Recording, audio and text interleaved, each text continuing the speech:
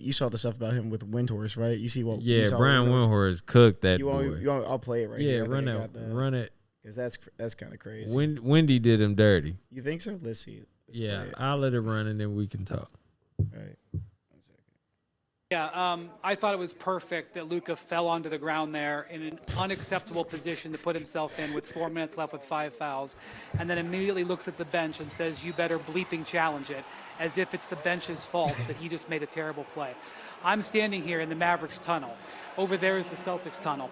That's where the winners are. If Luka's ever going to be a winner coming out of this tunnel here, he is going to have to use what's happened in this finals as a learning experience. His defensive performance is unacceptable. He is a hole on the court. The Celtics are attacking him. They are ahead in this series because they have attacked him defensively. And you've got a situation here where Luka is complaining about the officiating. They have begged him. They have talked with him. They have pleaded with him. He is costing his team because of how he treats the officials. He's a brilliant player. He does so many things well. They are here because of how he did. His performance in this game is unacceptable, and the reason why the Mavericks are not going to win. He's got to get over this. And the fact that he came out after the game and blamed the officials showed me he's nowhere close yet. So maybe over the summer, somebody will get to him because nobody with the Mavericks or anybody else in his life has. And that's where the Mavericks are at this point. They're never going to get his wife this out? tunnel with the trophy. Bro, he called on everybody. He said, your daddy don't nobody hold in you his life. accountable, cuz. Nobody do. Yeah. He ripped him. What you think? Disagree. Hard disagree. Really? Yeah, no, hard disagree. Oh, talk to me, please. Because I was with Wendy. I was with Wendy No, for a I little think. bit, bro. Listen, I think. Wendy had me. Listen, no, I totally disagree. I think this is just optics as always, right? Listen, does Luka complain a lot? Yes, it's the finals and he's trying to win. Yeah. And listen, you watched that. You watched the fourth quarter. How many fouls they gave in the fourth quarter? They gave him. Yeah. There were a couple ticky tacks that they gave him, Some and BS. then you give him. Then like 4 and 5 are both super questionable. Yeah, no, that's facts. And then you give him that. And listen, I'm not gonna say that's not a foul, but listen, It's not a playoff foul. It's not a playoff foul. That's really where I'm upset about. And that, yeah, it's like because I've been watching dudes get thrown across the court, beat up, people flipping all over each other, and no calls. But now we're calling we're calling that nonsense. I think and I think it's a fair complaint to make if you're Luka Doncic in that moment to say, hey, like there's no way this is a foul. And challenging. If you challenge it, you go to replay, it's already too late. Right. You know, but I understand in the heat of the moment, you're trying to win a game. You're down 2-0. You're this close. They were down 2. Yeah, they were. You're this close. Quite literally. You're this close. You get a turnover and you get that, and all of a sudden now you're out the game. You're on the bench. You have to hope Kyrie can win the game for you. Kyrie and Josh Green, you know?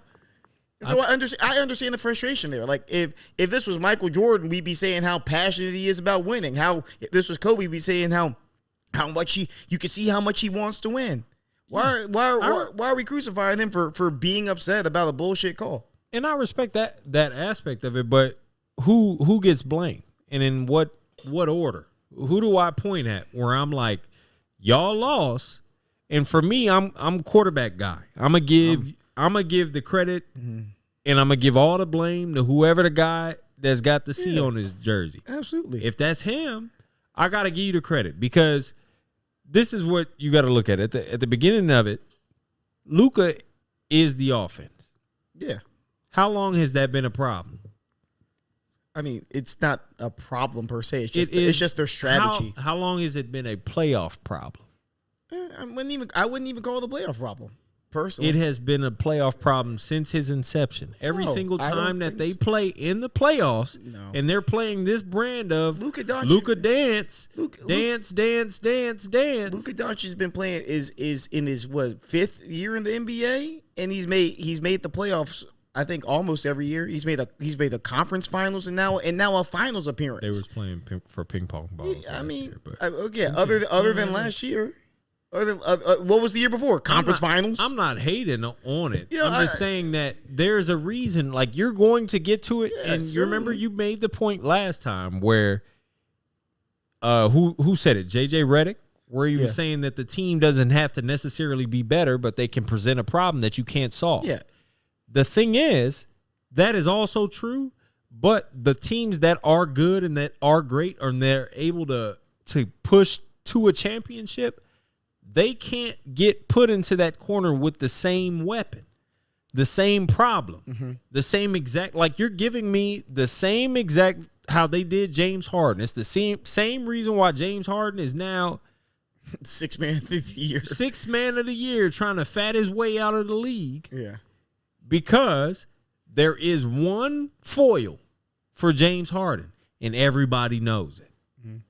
So when he gets in the playoffs, everybody just does a carbon copy of what they seen somebody else do.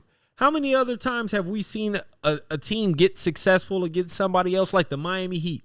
The Miami Heat were extremely successful against Giannis, right? Yeah. Just because of the style of basketball that they play. LeBron James is a downhill dude. He plays in the paint. Were the Miami Heat able to do the exact same thing that they did to Giannis to LeBron? No. Yeah. No. But everybody can do the exact same thing that Miami did to Giannis, right? That's the gripe. Pack the paint. What does he do?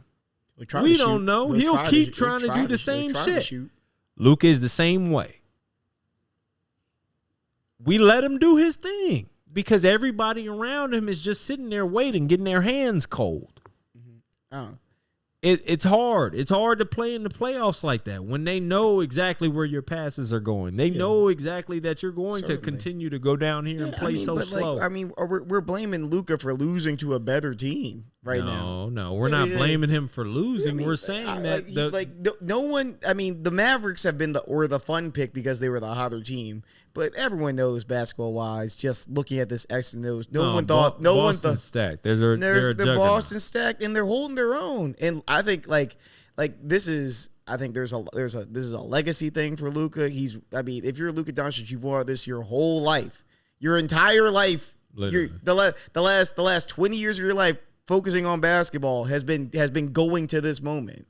And of course you're going to be visibly frustrated when you are losing to a better team. You know that they're a better team. You've got them within your grasp, and you get a bullshit call. I think it's fair to get frustrated. Now, here's another thing I'll say. I do like the fact that we're holding Luka Doncic to this standard.